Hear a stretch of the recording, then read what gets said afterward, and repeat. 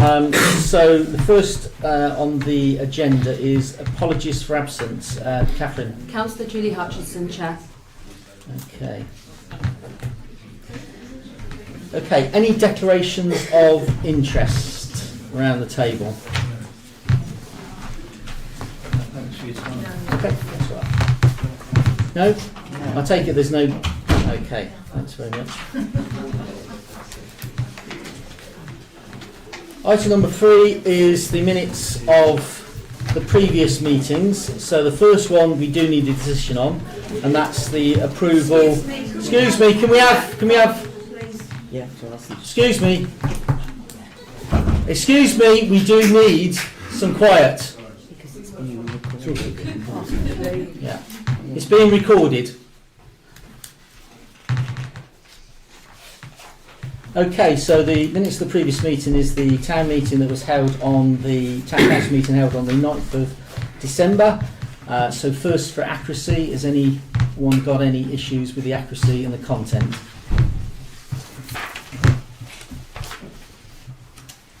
No? Okay, so if we're happy with the accuracy and the content, can I have a proposer, please? Councillor John Watkins, and a seconder, Linda Jeffries. Okay, can we have a show of hands, please?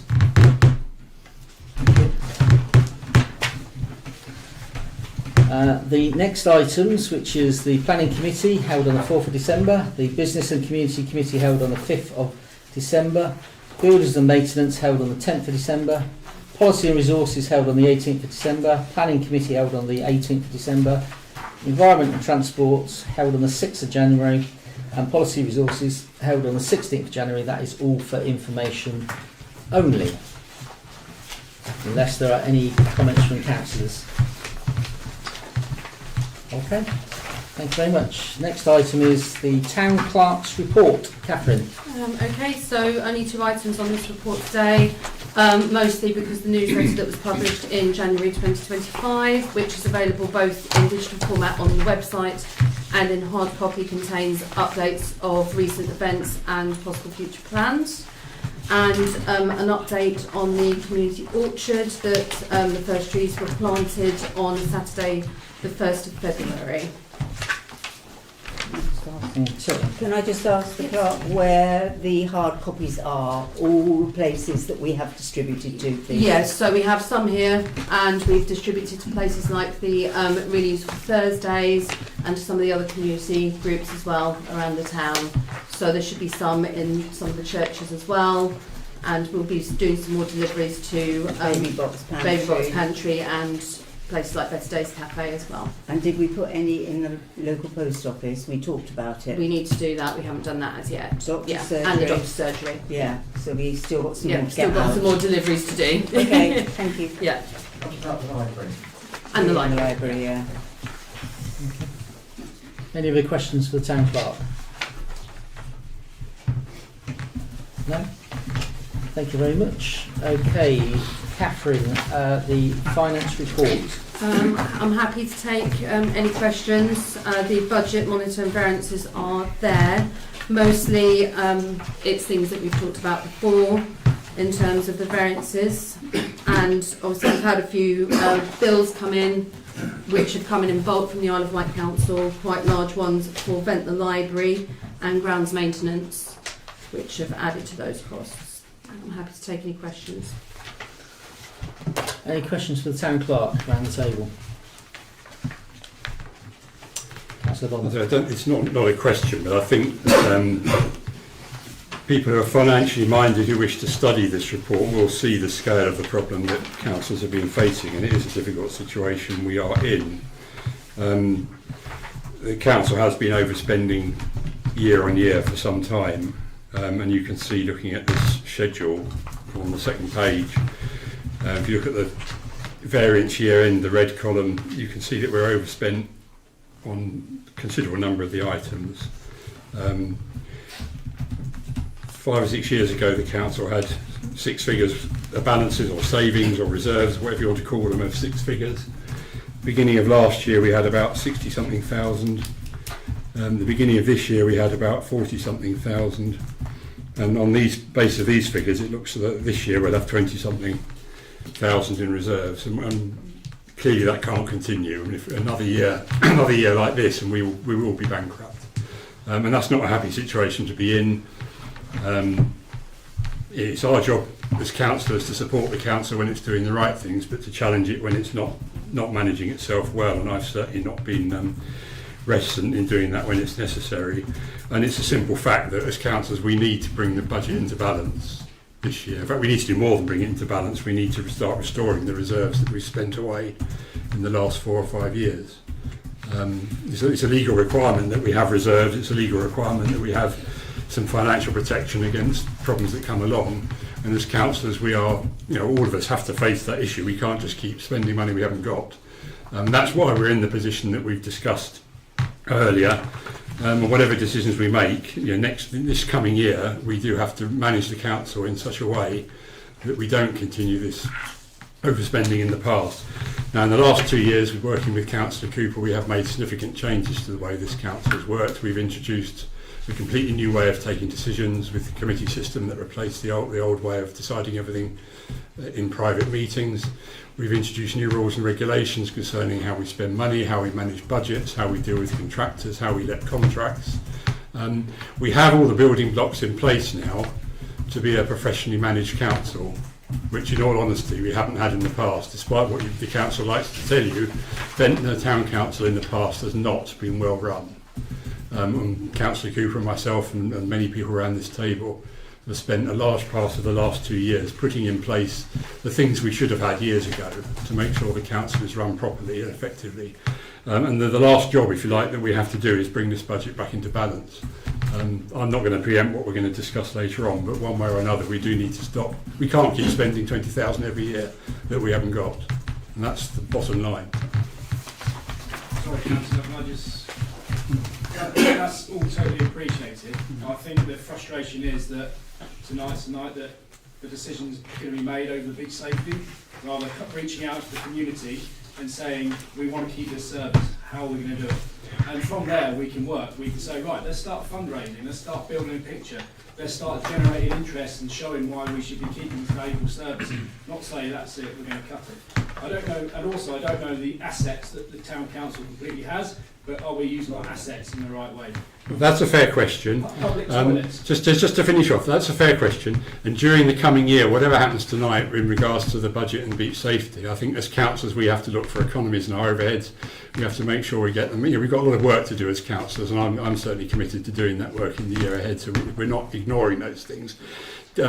As I said to the gentleman earlier, tonight we need to decide how much money we're going to raise. We don't necessarily have to make final decisions on every single item, and I think the Mayor's already indicated to you that the beach safety issue is going to be looked at further after tonight. Okay. All I was doing here was just illustrating the scale of the problem that as councillors we're obliged to face, and although we are collectively responsible for it, the fundamental problems in Ventnor go back many years. They're not things that have been created over the last few years. The way the council has run itself hasn't been satisfactory, in my view, for a long time. Councillor Bonds, thanks very much for that. It's not can I just say one thing before we move on? Well, what briefly, because this is not the junction. Very briefly. I think it's really admirable that you would go above and beyond to sort of explain the budget and the history with regard to the council. My problem is that we're sat here as a group of human beings and we're equating human life to monetary value, and I find that really problematic. You are going to lose lives if you don't have people on the beach looking out. Okay, thank you. As a human, that's incredibly problematic. Point taken. Yeah. Okay, any other questions around the table on the finance report? No, if there's no further questions for Catherine, can I have a proposer and a seconder? Proposed by Councillor Toogood and seconded by Councillor Smith. Okay, can I have a show of hands, please?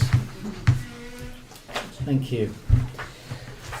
The next one is the crucial one, which is the budget decisions. So at this junction, first of all, before we come on to the question that we've been talking about in the public gallery, are there any other questions that you would like to discuss at this junction contained within this report, other than the beach safety?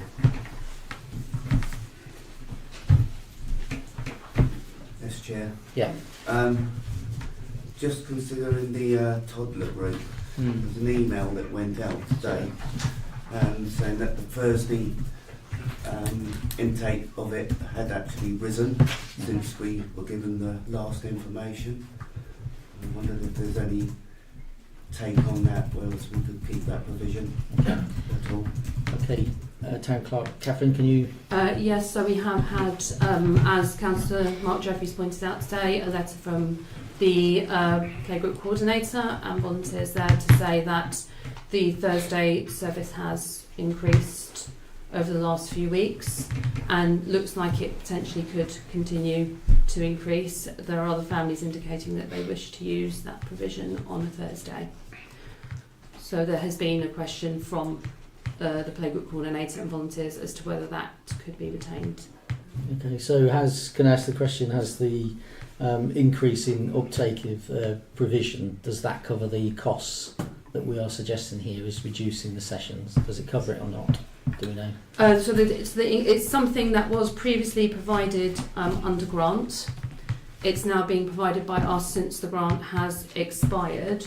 So at the moment, it would equate to 1,900 if we were to retain it. So it would then put up the percentage.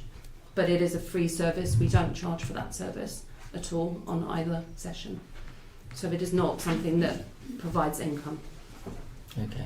So can we be looking for grants to continue so that we haven't got to take it out of the precept? There is another grant which has come to light today, which would not be guaranteed that we would succeed with it, but it is for preschool provision to do with movement and dance, etc., which we could apply for, but it would not be guaranteed that we would get it, but it could potentially cover one of the sessions. And do we have any records of the numbers of people coming on a Monday and a Thursday so that we can look at the numbers? We do. We have sign-in sheets so that we can get the numbers. My understanding from the playgroup coordinator and volunteers is that they are families from Ventnor. So they have confirmed that to me. Thank you. But we do have sign-in sheets so we can confirm statistics, which Thank can you. be circulated. Okay. Thanks. Any other questions on any of the topic areas? Actually, yes, I've got another one. On the car parks. Yeah. The Shore Road car park is considerably lower charges than the rest of our car parks. I wonder why that is. I can give you a reason on that. Yeah. Can I just, Yeah, of course you can. what's happening in Shore Road? We haven't played around with it at all last year, and the charge up to from 1 hour to 4 hours is so expensive, people are not using it. What do people do? Parking down there and going to park, but not parking there, look at the meter and going up to a Grange and park, so we're actually losing money. Another thing we've got to bear in mind is a little restaurant going to reopen, so who's going to pay £4.80 and walk up for a cup of coffee or not? So we are basically stifling that future business. But we're just not, we're losing money, because if it hit, let's say 280, people will pay 280 for 1 hour up to 4 hours and wander around the village, but they're just not doing it. It's far too expensive. 480 is too much money. One over 1 hour. The same could be said though with the town. Sorry? The same could still be said with the town. People aren't going to pay £4.80 for an hour to walk, or 2 hours to walk around the town No. to the shopping. We don't do it. It's not 480 an hour in the town though, is it? It's 480 an hour down there. Okay, Councillor Bond. Well, I think the point Councillor Toogood makes about the structure of the pricing is correct. I mean, clearly having such a big break point at 1 hour and then charging a larger amount for 1 to 2 hours is not the best way to charge for a car park. I think the question that Councillor Jeffries is raising is, given that all the other car park fees are increasing, as well as restructuring the fees, should we not be applying an increase to the Shore Road car park? Because the alternative suggested in D, there's no increase. Apart, the 130 is still 130 and the 450 is still 450. Shouldn't we be making the 450 £5 and the 130 150 and the 280 £3, wasn't it? Yeah. And that would be, so it's the same structure which deals with the point Councillor Toogood raised, but we actually apply an increase. I think that worked well, actually. Yeah, I think Yeah, that would. that's standardised, I think yeah. that I think it would. worked well, Councillor Bond. Okay, so That's a very good suggestion. I think it's a good suggestion. Yeah. So Can we have a proposer? Well, I'll propose it if Okay. it's not amazing. So £153 and £5. Yeah, okay. Can we have a show of hands as well, please? Thank you. Brilliant. Thank you for that. Yeah. Okay. Anything else before we go on to beach safety? Just the thing, I know this whole thing's about not having any cash or anything, if you do have anything left over at the end of the year, you can buy some microphone. Because I cannot hear it. What, you can't even hear my voice, really? Okay, thanks very much. Yeah. Point taken, thank you. Point taken.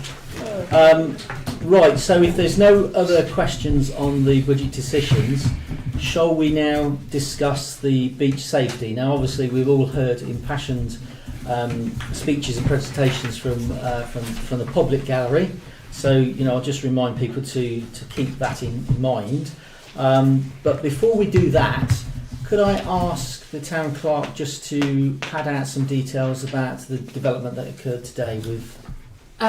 Yes, so a development has occurred today which, do you want this? thank you very much, Chair, which has come via the RLSS, who got in touch with us when they heard about the beach safety situation, and they have sent to us a proposal for beach lifeguards, which would amount to the same amount that we would be looking to have. So it amounts to approximately 15,000, and that would be to provide 2 lifeguards for the July and August period on the beach. Okay. How much will that cost us? That can't be 15,000. It's 50 because it is 2 months that they will be providing, July and August. That is the offer that they have made at 15,000, and it would include 2 beach lifeguards, 2 rescue boards, response bag with AED, operational from 11 till 6, use of the existing hut and surveillance training, delivering drowning prevention talks to schools, risk assessments, licences and insurance, equipment of first aid, rescue tubes, throw bags, radios, PA system, comms and uniform. Just to clarify then, this is a proposal for us to pay for, Correct. and it's a proposal for fully trained lifeguards for 2 months Correct. for 15,000. Correct. Where if we did what we did last year, which wasn't lifeguards, for 4 months, that would also be 15,000. Is that just Correct. to clarify? Yes, that's correct, Okay. Councillor Bond. Yes. That is correct. Yes. Yeah. Okay. So I guess if I direct the discussion is there are 3 proposals. The first proposal is to cut the service. You've heard, you know, some representatives from the public, and everyone around the table don't necessarily want to go in that direction. We're just doing it for budgetary constraints. The other proposal is the one that Catherine's just suggested, that we have professional lifeguards man that hut for 2 months in the peak of summer season, or the retention of the service as it is now. But that is minus lifeguards, that is first aid provision and what I read out earlier. So the decision is up to us now. So I don't mind sticking my neck out now and saying what my view is. And my view is, we've heard from members of the public.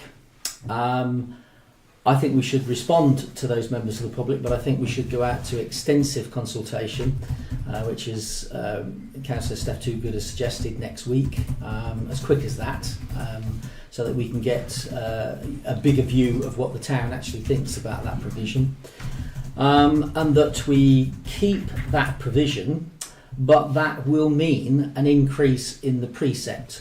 So taxes will go up. The people of our town will have to foot that bill. That doesn't exclude the possibility of crowdfunding, and I'm sure that we'd like to support that and put our energies into that also. But just to help other councillors, Catherine, could I just ask what the percentage increase would be on a tax band D house? Absolutely, Chair. So it would bring it up to 13.23%, and that is an increase of 47 pence per week on a Band D household. So just to note for those, that is going from 10.55% to 13.23%. All towns are £25 Okay. Okay, so discussion, councillors. Comments. Steve Milford and then Mark Jeffries. If it comes a proposal to increase the precept to get one of these services, I would support it. But I do think we need to consult with everyone as to whether 2 months at a high level service is better than the 4 months on each safety level service. I genuinely don't know what would be the better option. Although both obviously have their advantages, but I think our decision tonight should be the one we put the money in place to do one of the two, and that we open up to consultation as to which is the best way of delivering beach safety within that budget. Okay. Councillor Jeffries. Yeah, I totally agree with Councillor Milford. I do not agree with cutting the service at all. And totally go out to public consultation, have the public have their say of which service is the best going to suit that beach, especially the beach users who operate down there. Any other comments? Okay. We've got to do the councillors. No, I think that's okay. John, I Councillor Watkins. I don't see that there's any real decision to make really. It's clear that we need to retain that. If the general public are happy with the council tax going up, then so be it. It's going to go up anyway. It just goes up a little bit more. Okay. Any other comments around the table? I agree, it shouldn't be cut. Okay. Yeah. Dave, Jim? No, we should keep it Yeah. in one form or the other. I do agree with that. I'm just generally concerned about the threat to other services. I mean, to this group, I mean, the one that with the Wellbeing Cafe is something that's close to my heart. Well, if we were to cut that, this room would be equally full with equally angry people. Yeah. No one's denying that. That's not the only. That's not. I'm not saying it's the only answer, but I'm saying My it's only not. question is put down where where the Okay. money. I didn't know how the money was spent. That wasn't my. Okay. All right. Okay. One contribution, because you're not really supposed to have it, but go on. Can I just say that I've just lost it now? Back in 2006, there was a charity, organised beach safety charity, which was in 2006, and then it was removed and ceased in 2007. So maybe that is, if we needed to, something that could be reinstated, still on the government website, the Ventnor Beach Safety Charity. That's great. Yeah. I mean, I think the opinions around the table, as from councillors and from members of the public, is that we need to retain the service. So I'm happy to approve that, because none of us around the table wanted to cut the services. We don't want to cut services full stop, but we have to be fiscally prudent, and we have to cut our cloth according to what we've got coming in. We will have to increase the tax burden. I think with a proper communicated rationale as to why we're doing it, because lives matters. And if there's any chance that we're going to save one life, that's worth doing. I think if we have a consultation meeting next week with the wider members of our community, and at that meeting perhaps we can talk about ways of crowdfunding to secure the provision, even extend the provision if at all possible. I think that's probably the most sensible way forward for the community and for this council. That's we do respond to the public. We're here to listen to you and respond. So I'll take a vote now, but my proposal is that we retain the service, that we leave open the door from what Councillor Milford has suggested, whether we take the 2 months, the highly professional provision that the beach safety proposal is suggesting, or whether we retain what we've got now and have it for a longer period of time to 4 months. I do have an opinion about that, but I won't preempt that until we have the meeting next week. But that's my proposal, that we do retain that we factor in the £15,000, and that we do go for an increase in the precept this year. So unless there's any further comments, but Steve, If you were asking for a second. okay, all right, okay. So I'm proposing, Steve seconding. Can I have a show of hands? That is carried. Chair, may I just check on the situation as well from the Toddler Group of how you wish to proceed with that? Yes. Yeah. Okay. Well, I was just say on the meeting itself, Joe, it would be very useful to have a very clear summary, ideally printed out for the public, with the pros and cons of the two options, because a lot of people think the service to be provided now is lifeguards and able to save lives. And in fact, you could see that from the survey results that we were shared at the beginning of the discussion. And yet, actually, they're not licensed or able to save lives. So although there are pros and cons. Otherwise, you know, obviously, if it just becomes down to 2 months and 4 months, people would choose 4 months. So it'd be useful to have a summary for everyone, including councillors. Couldn't agree more with you, They councillor. do go above and beyond what they're supposed to, Yeah. and they always have, because they wouldn't. I know that. I totally agree. So we will put that in place. So the town clerk's asking about clarity on the toddler provision. So we've heard that the numbers are actually up. It is a free provision that this council puts on. The use on the Thursdays is increased. What do we feel about the retention of this service? Because originally at our pre-budget meeting we were going to axe that. Would you just like me to give the figure Sure, on that? please. So if you were to retain it, and the decision has just been come to retain beach safety, so if we were to retain this, it would put it up to 13.59%, and that equates to 49 pence per week increase on a Band D household.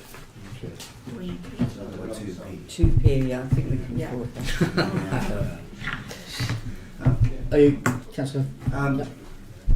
I'm quite happy to support that. Particularly if Wroxall School actually does close as well, then there's not going to be any provision there for toddlers. So we're probably going to increase our intake down here. Okay. I would support it, but I think we should monitor it and continue to look for grants. Councillor Watkins? Is there nothing we can tap Bernardo's for this? We can have discussions with them, Councillor Watkins, and as Councillor Tuger pointed out as well, the grant options that have come in. So the one that's come in today, we were going to talk to Bernardo's about as to whether they will allow the actual activity to take place in there. Yeah, but I think they were quite anxious about lack of use. Yes. So they might be rather more keen to have somebody else in there and find their way into their pockets a little bit. Yeah. We can certainly have that discussion with them. Yeah. Okay. So can I have a proposal that we're going to retain that then, please? Councillor Watkins and the seconder, Sam Smith. Okay. And show of hands, please.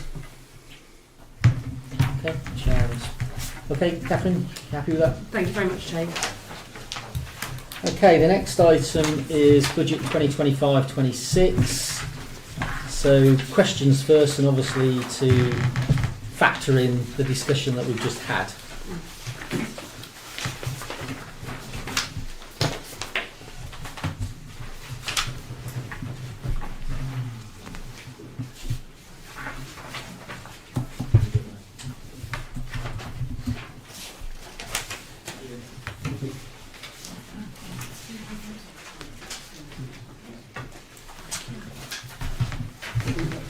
Yeah, I mean, it's a question we probably can't answer tonight, but it is annoying that we don't have clarity around the situation with the town council elections, because we are providing in the budget $5,500 for the cost of the elections, because if the elections go ahead as they would normally do, this council has to make a contribution towards the cost of the whole exercise.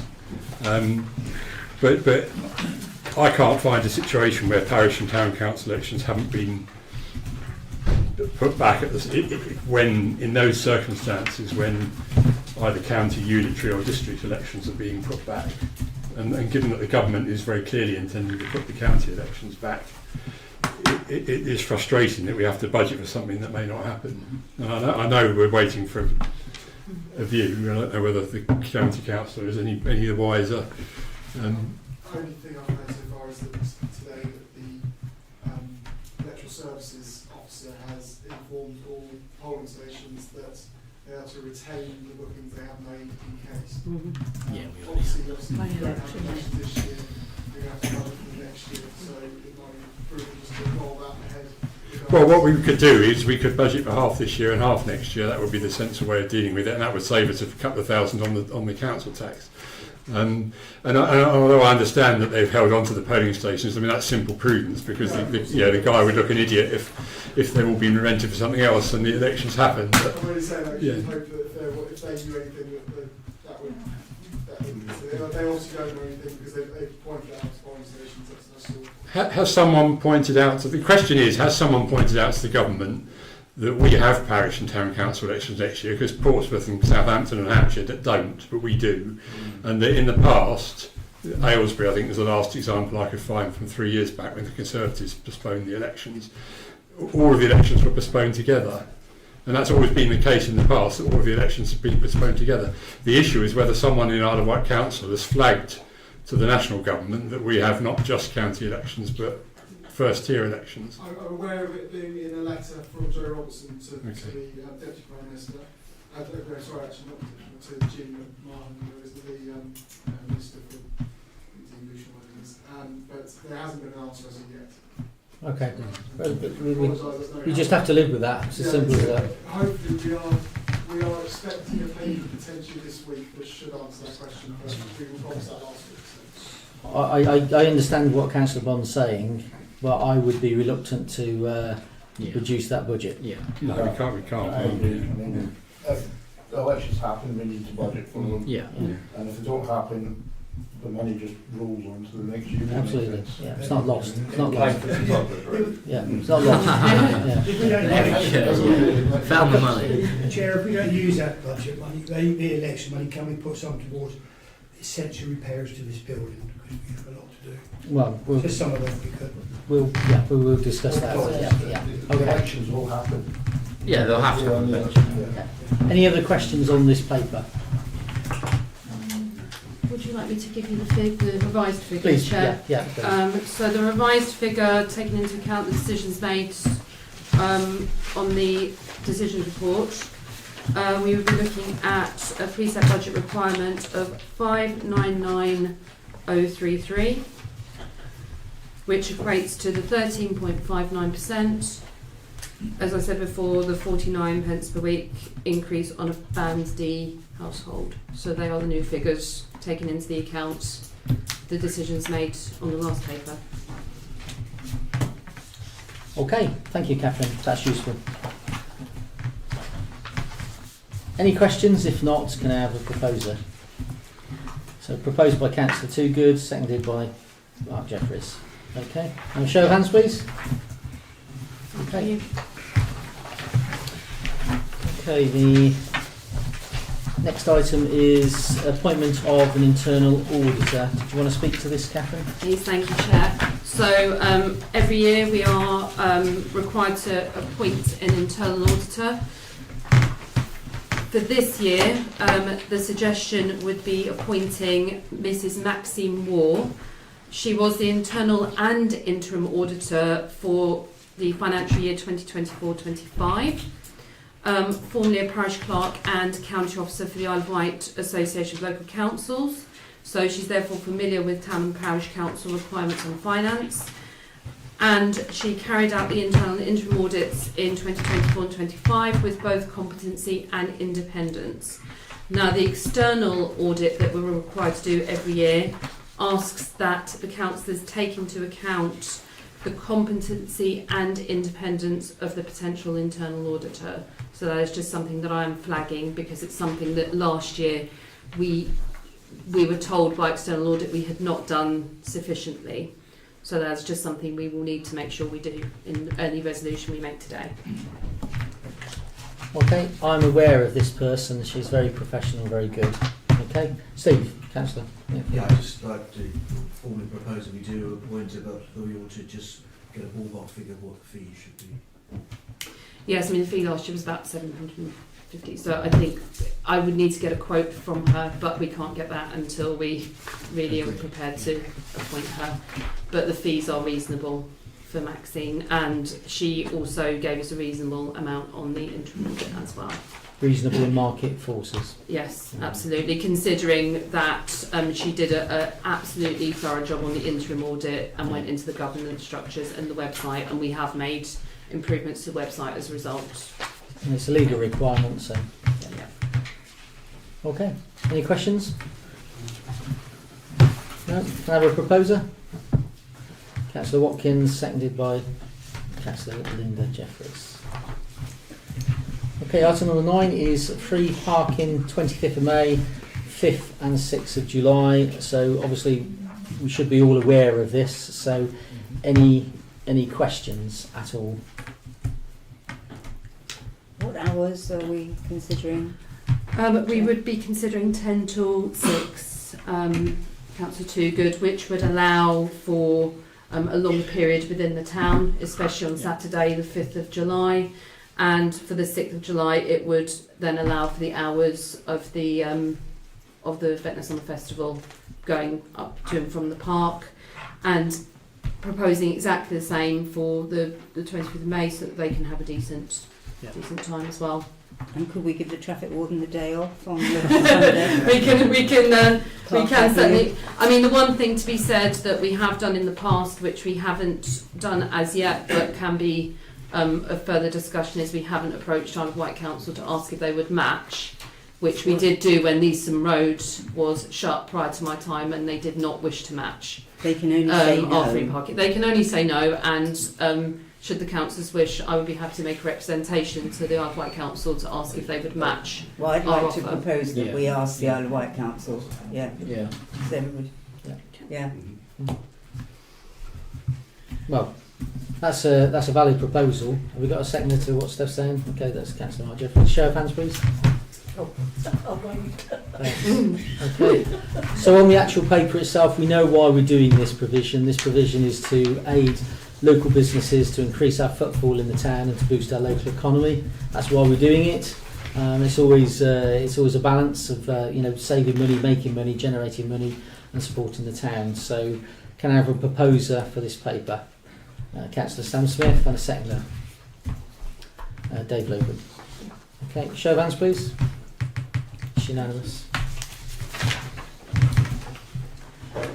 Okay, the next item is the committee substitute. Did you want to speak on this, Catherine, or did you want to say something, Councillor Bond? I'm happy to. If Councillor Councillor Bond wishes to. Yeah, I mean, when we revised the standing orders a few years back, we did include the standard wording from NowCon substitutes in case the council became interested at any point in taking this up as an option. The idea is that if a member can't make a committee meeting, then there is a process to allow another member to attend that meeting only in their place. The now procedure is quite cumbersome. It requires the proper officer to be notified 3 days in advance, and obviously therefore will tie up officers in a certain amount of work and require people to think ahead.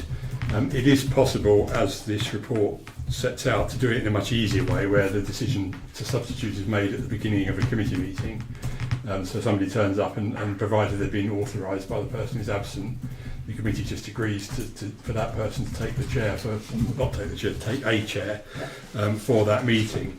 To do that, we would need to revise standing orders, and if we're going to ask the policy committee to come up with some wording, we are not going to be able to change the standing orders to our next meeting, which is early April. So there's no point in appointing substitutes now if it's not going to come into force till April. If we're going to do it in April, there is an argument for doing it for the coming year, isn't there? Yeah. And precisely. Yeah, from May onwards. Yeah. But I mean that's up to the next council meeting. But I think I would support this report in going for the easier method. I think asking the proper officer to get to be phoned up 3 days in advance and keep a record of it all is just too much admin. I agree. Correct. Any other observations, questions? It's necessary. It has to be. Yeah, it is necessary. Yeah, absolutely. It is absolutely necessary. Okay, so if you're happy with that, can I have a proposer? So Councillor Jim Toogood and seconded by Councillor Ian Bond.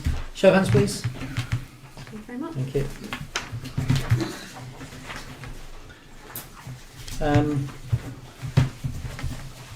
Child protection policy, Catherine. Yes, so this policy went to the Policy and Resources Committee, which is how this is done under the terms of reference of the committee structure for review. However, it is a requirement as well under the terms of reference that any policy which refers to a councillor or involves a councillor needs to then be referred to the town council for adoption. So this is the policy which went to Policy and Resources Committee, so this is being brought to town council for formal adoption. Okay. Any questions? Okay, if there's no questions, can I have a proposer? Councillor John Watkins and a seconder, Councillor Dave Logan. A show of hands, please. That's unanimous. Social media, Catherine. Slightly more complicated one, this one. It would appear that this policy, which again was brought to the Policy and Resources Committee, the version that we had on our system was not the version that pulled through changes which were agreed at the Town Council meeting in February 2022. So there have been 2 amendments to the policy under the Policy and Resources Committee meeting, which was to change references to Twitter for X and to remove a paragraph as to the monitoring, because it is now decided at the meetings of the Policy and Resources Committee when the policies will be reviewed. So that paragraph was removed. So my suggestion would be to alter this recommendation to adopt the social media policy for councillors, subject to the changes that were agreed in 2022 being put into the policy. Thank you. And just to add to what the clerk has said, I mean, members that were here at the time will remember we had a meeting in here, I think it was actually, to discuss the social media policy in 2022, and we made a number of changes to the document, removing some of the more onerous provisions. I mean, for example, 5.3, prohibiting councillors from using council as part of their username, was something that we couldn't get an explanation as to why that was in the policy, and so we deleted that. I think there were some other minor changes, but I don't recall what they were. But all we're doing is essentially retaining what we agreed at that meeting 3 years ago. Yeah, that's my understanding. So, any questions? No? Can I have a proposer? Councillor Mark Jeffries, seconded by Councillor Ian Bond. Show of hands, please. It's unanimous. Thank you very much. At this point, that closes